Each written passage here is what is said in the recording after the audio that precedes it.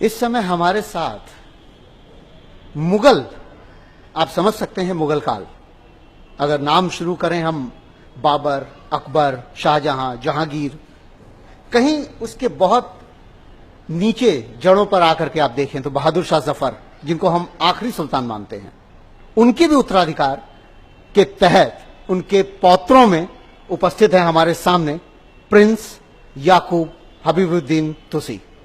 आप देखिए, इनसे मिलिए और जानिए कि ये हैदराबाद से यहां आकर के ये बताने की कोशिश कर रहे हैं कि जो ओवैसी पूरे देश में अपने तमाम विवादों से घिरे रहते हैं, तमाम विवादित भाषणों से सबके सामने उभरते रहते हैं, आखिर उनके बारे में आपकी क्या राय है?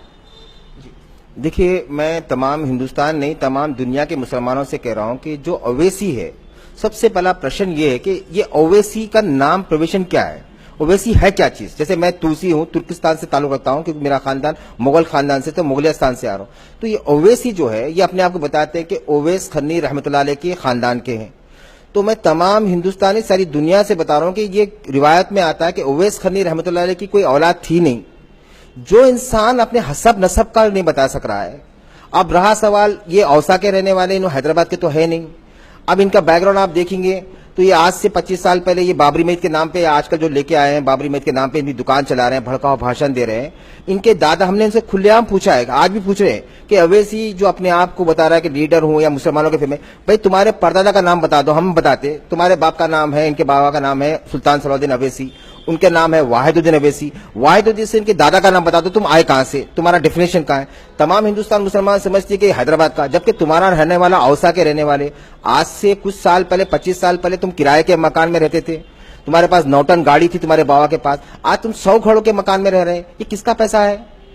तुम्हें अचानक बाबरी मस्जिद शहीद हुई और तुम्हें अवैसी हॉस्पिटल का परमिशन मिल गया। कौन सा डॉक्यूमेंट हो, कौन सी ऐसी बातचीत हुई थी रात रात में जो अवैसी हॉस्पिटल का परमिशन मिल गया? और दारुसलाम जो बहादुर यार जंग बनाए थे, जिसने खैदे मिल्लत, जिसने प्रॉपर्टी अपने जाती पैसों से जो बनाए थे, तुम उस जगह के, उस मालिक की जगह पे तुम कब्जा करके बैठे हुए। जिसने अपने मालिक को धोखा दिया है, जिसने अपने शहर को धोखा दे रहा है, जिसने अपने मजहब, अपने औकात ये बता नहीं पा रहे हैं कि भाई आपकी हाय क्या से, अगर अवैसी हसब नसब नहीं बता सकते तो हम देश के, हिंदुस्तान के मुसलमानों से, देश से कह रहा हूं कि इसका एक्चुअली ग्राउंड है क्या, अवैसी बताइए। तो ऐसे लोगों की कोई अहमियत नहीं रखी जाती है। नंबर 1 का जोकर है ये। याकूब जी, यहाँ बहुत बड़ा प्रश्न उठेगा कि अचानक आप आते हैं और ओवैसी के वजूद पर प्रश्न खड़ा कर दे रहे हैं, जबकि ओवैसी पिछले करीबन, मैं समझता हूं कि 7-8 सालों से काफी लाइमलाइट में रहते हैं और तमाम जो भी भाषण देते हैं, जो भी बात बोलते हैं, वो जनता में इस कदर प्रचारित होता है कि ओवैसी ने ये कहा, ओवैसी ने वो कहा।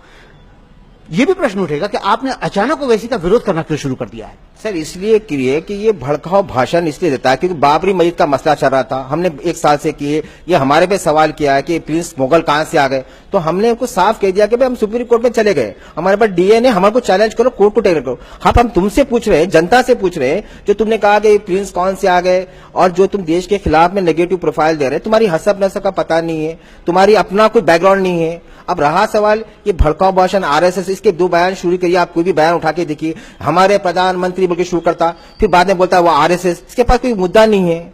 मुगल के उत्तराधिकार के तौर पे आपको कैसे सर्टिफिकेट मिला, सर्टिफाइड कैसे किया गया? देखिए, हम 2002 में हमने सिटी सिविल कोर्ट हैदराबाद के अंदर हमने अपनी पिटीशन फाइल की थी, डॉक्यूमेंट्री के लिए रुकाया गया था। कोर्ट ने हमें 2020 में डिक्लेयर किया है कि OS 5973 ऑफ 2002 में ये कंफर्म हो चुका है, prince Tulsi is the direct descendant and his family members are the direct descendant of Mughal emperor Bahadur Shah Zafar. अगर ये कोई सवाल उठा रहा है हमसे कि ये कहां से आ गए, तो ये कोर्ट की तौहीन है। रहा सवाल डीएनए का, हमने हिंदुस्तान से नहीं, अमेरिका से, जर्मन से रिसर्च टीम हमसे आगे करी है, उसकी सबूत हमने कर लिया है, आप वो लैब को मालूम कीजिए, और वो कॉपी हमने सुप्रीम कोर्ट में भी डाली है।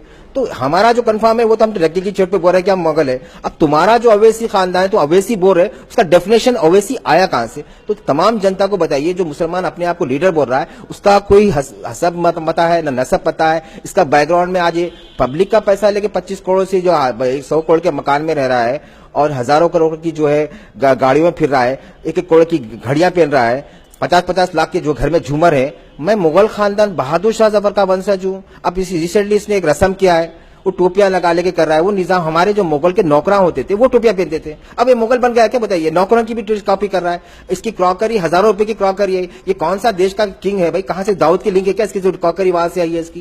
ये सवाल है, कई सवाल उठ रहे हैं। एक छोटा सा नेता 25 साल पहले जो किराए के मकान में रहता था, आज अपनी बेटी की शादी में करोड़ों, इसके ऊपर जो है इमीडिएटली जो है इंक्वायरी होनी चाहिए। ये पैसा आया कहां से इसके पास? बीजेपी गवर्नमेंट चाहिए। अब बीजेपी के मुझे पता नहीं, बीजेपी गवर्नमेंट को भी चाहिए कि इस पे सीबीआई इंक्वायरी करे। अगर छोटा सा नेता 540 का छोटा चिंदी चोर एक नेता जोकर, इसके पास इतना पैसा आया कहां से? ये किसका पैसा है? ये बहुत बड़ा सवाल खड़ा कर रहे हैं कि आपको लगता है कि ये ओवैसी की स्थितियां बड़ी खराब है। एंड अप करूं?